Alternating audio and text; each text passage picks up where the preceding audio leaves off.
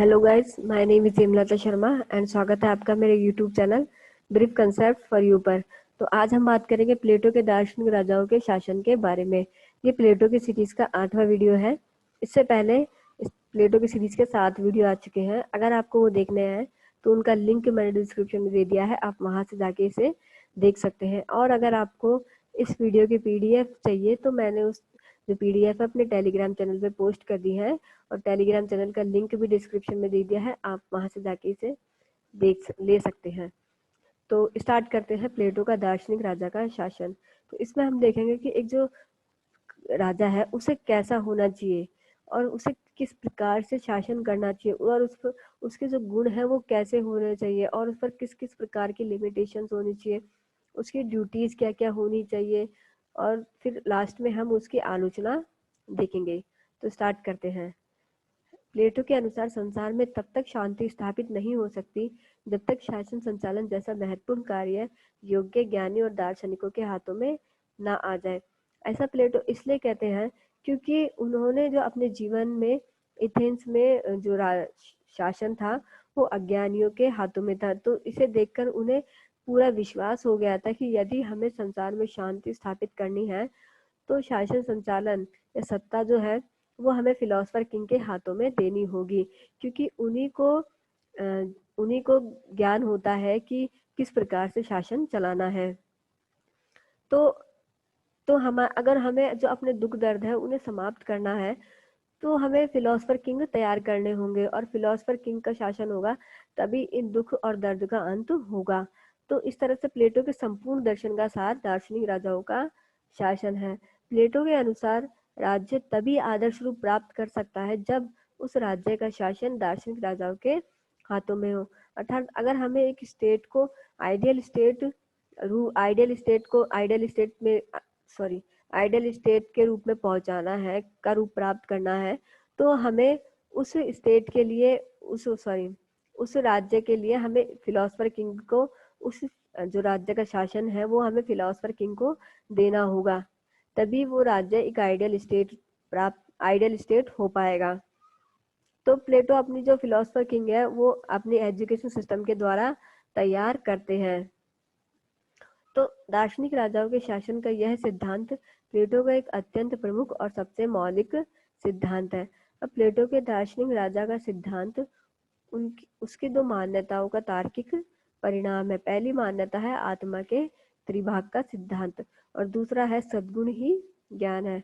तो पहले हम आत्मा के त्रिभाग का सिद्धांत देख लेते हैं कि इसमें क्या है कि आत्मा या मानव व्यक्तित्व में 3 तत्व होते हैं, विवेक, साहस और इच्छा या तृष्णा। तो विवेक का काम होता है शासन करना और साहस का कार्य होता है रक्षा करना। इच्छा या तृष्णा का कार्य होता है उत्पादन करना। और इसी के अकॉर्डिंग राज्य में 3 वर्ग बनते हैं, दार्शनिक, सैनिक और उत्पादक। तो दार्शनिक जो है अपने विवेक से शासन चलाता है और सैनिक अपने साहस के आधार पर जो स्टेट है उसकी रक्षा करता है और उत्पादक वर्ग जो है और स्टेट में उत्पादन करते हैं। फिर आता है सद्गुण ही ज्ञान है। तो संसार में जो भी वस्तुनिष्ठ सत्य है उसे केवल तर्क संगत विवेक से प्राप्त किया जा सकता है। कि जो मनुष्य है जो जानता है और जिसे ट्रुथ समझता है, सत्य समझता है और जिसे सत्य का ज्ञान है, वही व्यक्ति सद्गुणी होता है और इसीलिए उसे ही शासन करना चाहिए और इसीलिए उसे जो ज्ञान के अकॉर्डिंग ही जो व्यक्ति है उसे सत्ता का अधिकारी बनाता है। फिर जो ये चीजें हैं जो दार्शनिक राजा का सिद्धांत है वो जो व्यवहारिक प्लेटो के जो प्रैक्टिकली एक्सपीरियंस है उस पे आधारित है। क्यों? क्योंकि जब प्लेटो के समय में एथेंस में जो जो शासक थे वो बहुत ज्यादा अयोग्य थे और स्वार्थी थे। तो जिससे क्या होता है वहां पर क्या था कि जो शासक थे वो लॉटरी पद्धति के आधार पर चुने जाते थे। तो जिससे क्या होता था कि अज्ञानी और स्वार्थियों के हाथों में शासन की बागडोर चली जाती थी। तो प्लेटो के अनुसार जिस प्रकार एक जहाज की सुरक्षा योग्य चालक पर निर्भर करती है, उसी प्रकार एक राज्य की सुरक्षा ज्ञानी दार्शनिक पर निर्भर होती है। तो प्लेटो के शब्दों में यदि दार्शनिक बुद्धिमत्ता और न्याय के नियमों पर चलते हैं और अपनी शक्ति का प्रयोग सबकी सुरक्षा और उत्थान के उद्देश्य से करते हैं, तो वे जिस नगर राज्य पर शासन करते हैं और जिस नगर में ऐसी विशेषताएं पाई जाती है, उसी को सच्चे राज्य की संज्ञा दी जा सकती है।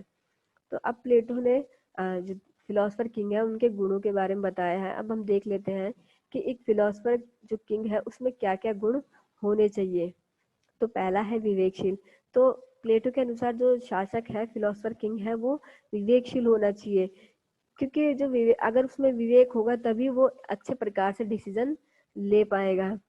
फिर सेकंड आता है सत्य का अनुगामी। जो फिलोसफर किंग है वो सत्य का अनुगामी होगा। उसके माइंड में जो अविश्वास है, झूठ है, फरेब है, उनके विचार नहीं आएंगे। तो इसलिए प्लेटो ने जो फिलोसफर किंग है उसे सत्य का अनुगामी के लिए, फिलोसफर किंग को सत्य के जो सत्य है उसके अनुगामी के लिए कहा है। फिर आता है न्याय व ज्ञान का प्रेमी। तो फिलोसफर किंग जो है वो न्याय जो है न्याय अपने जो स्टेट है उसमें न्याय की स्थापना करेंगे। क्यों? वो देखेंगे कि जो राज्य के दो वर्ग है, सैनिक और उत्पादक वर्ग, वो अपने कर्तव्यों का पालन सही तरीके से कर रहे हैं या नहीं, जिससे कि स्टेट में न्याय की स्थापना हो सके। फिर आता है संपत्तिहीन और परिवारहीन। तो जो फिलोसफर किंग है उनके पास किसी भी प्रकार की संपत्ति नहीं होगी और किसी भी प्रकार का परिवार भी नहीं होगा, जिससे कि उनमें मोह माया की भावना जागृत ना हो। तो इससे क्या होगा कि जो फिलोसफर किंग है, दार्शनिक राजा है, वो अच्छे से शासन कर पाएगा और उसमें स्वार्थ की जो भावना है वो बिल्कुल भी पैदा नहीं होगी। फिर आता है शांत स्वभाव।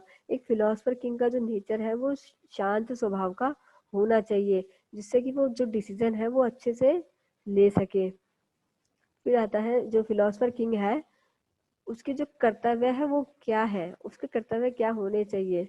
तो पहला कर्तव्य है कि प्रत्येक व्यक्ति को उसका विशिष्ट कार्य सौंपना। तो फिलोसफर किंग जो है उसका काम होगा कि जो स्टेट है, स्टेट के जो व्यक्ति है, प्रत्येक व्यक्ति है, उनको उनके अकॉर्डिंग काम सौंपना और ये देखना कि जो उनका संचालन है वो सही तरीके से हो रहा है या नहीं। भावी शासकों की शिक्षा का संचालन। फिलोसफर किंग का काम ये भी होगा कि जो आने वाले शासक हैं उनके लिए शिक्षा का प्रबंध अच्छे से हो, उन्हें वही शिक्षा दी जाए जो आगे चलकर एक फिलोसफर किंग के काम आए। फिर आता है धार्मिक विश्वासों को नियंत्रित करना। तो फिलोसफर किंग है जो है उन जो धार्मिक विश्वास है उनको भी अपने कंट्रोल में करेंगे और राज्य के लिए एक विश्वासों की एक नियमावली बनाएंगे। अब देखते हैं कि फिलोसफर किंग पर किस किस प्रकार के लिमिटेशंस लगाई गई है। तो जो फिलोसफर किंग है वो जनता के प्रति उत्तरदायी नहीं होंगे, क्योंकि वो जनता के द्वारा इलेक्ट नहीं होते हैं और उन्हें जो लोकमत है, रीति रिवाज है, वो उनसे भी पूरी तरीके से वो फ्री होंगे। उन पर किसी भी प्रकार के रीति रिवाज लागू नहीं होंगे। फिर जो फिलोसफर किंग है वो कानून के जो बंधन है उनसे मुक्त होंगे, उन पर किसी भी प्रकार का कानून नहीं लगाया जाएगा। फिलोसफर किंग जो है वो ही नागरिकों के लिए कानून बनाएंगे। और जो फिलोसफर किंग है वो संपत्ति और परिवार से रहित होंगे। तो प्लेटो ने दार्शनिक शासक के शासन पर 4 प्रकार के प्रतिबंध लगाए हैं कि राज्य में धन और निर्धनता का प्रवेश ना हो। तो फिलोसफर किंग को यह भी देखना होगा कि स्टेट में कोई भी व्यक्ति ज्यादा अमीर ना हो और कोई भी व्यक्ति ज्यादा गरीब ना हो, क्योंकि तो अगर इन दोनों चीजों में जो बैलेंस है अगर वो खराब होता है तो उससे स्टेट की अवनति हो जाती है, स्टेट अवनति की ओर अग्रसर होता है, उसका पतन होने का डर रहता है। फिर सेकंड आता है राज्य की सीमा को सीमित करना। फिलोसफर किंग का काम ये भी होता है कि जो स्टेट है उसकी जो बॉर्डर है उसे कंट्रोल किया जाए, उसे उसमें कमी और वृद्धि जो है उसे लिमिट किया जाए। तो जिससे क्या होगा कि वो जो है स्टेट है वो आत्मनिर्भर बनेगा। फिर आता है न्याय को कायम रखना। फिलोसफर किंग का काम होगा कि जो न्याय है उसे अपने स्टेट में कायम रखे, स्थापित रखे, कि और वह ये देखे कि जो दो वर्ग है वो अपना कार्य ढंग से कर रहे हैं या नहीं। शिक्षा पद्धति बनाए रखना। फिलोसफर किंग जो है उन्हें ये देखना होगा कि जो शिक्षा पद्धति है उसमें किसी भी प्रकार का नया परिवर्तन नहीं करना चाहिए, क्योंकि जो अगर शिक्षा पद्धति में परिवर्तन होगा तो इससे क्या होगा कि जो राज्य के जो नियम है, मूलभूत नियम है, उनमें भी चेंज हो जाता है।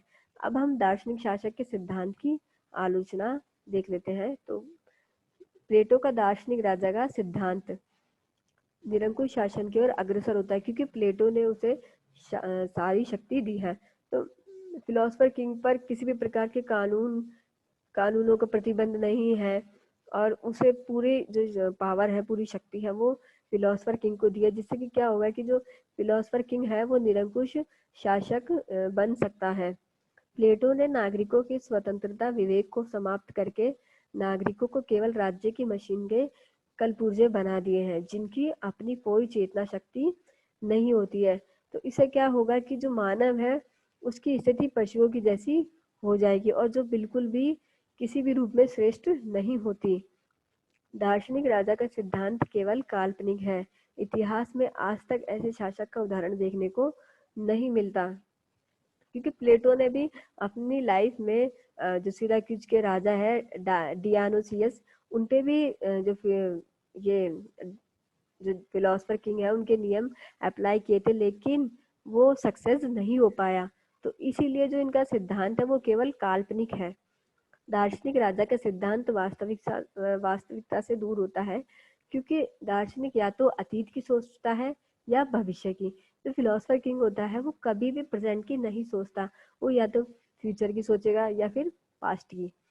शासन के लिए केवल कुछ विषयों का ज्ञान ही पर्याप्त नहीं होता, अपितु वित्त, विधि, इतिहास और अर्थशास्त्र का ज्ञान भी आवश्यक होता है। अब पॉपर, जो कि प्लेटो के बहुत बड़े आलोचक हैं, उनके अनुसार प्लेटो ने अपने स्वार्थ की प्राप्ति के लिए दार्शनिक शासक का सिद्धांत प्रतिपादित किया है, क्योंकि एक दार्शनिक होने के नाते प्लेटो स्वयं शासक भी बनना चाहता है। तो थैंक यू। अगर आपको ये वीडियो पसंद आया हो तो प्लीज़ लाइक कीजिए, शेयर कीजिए और चैनल को सब्सक्राइब करना ना भूलें।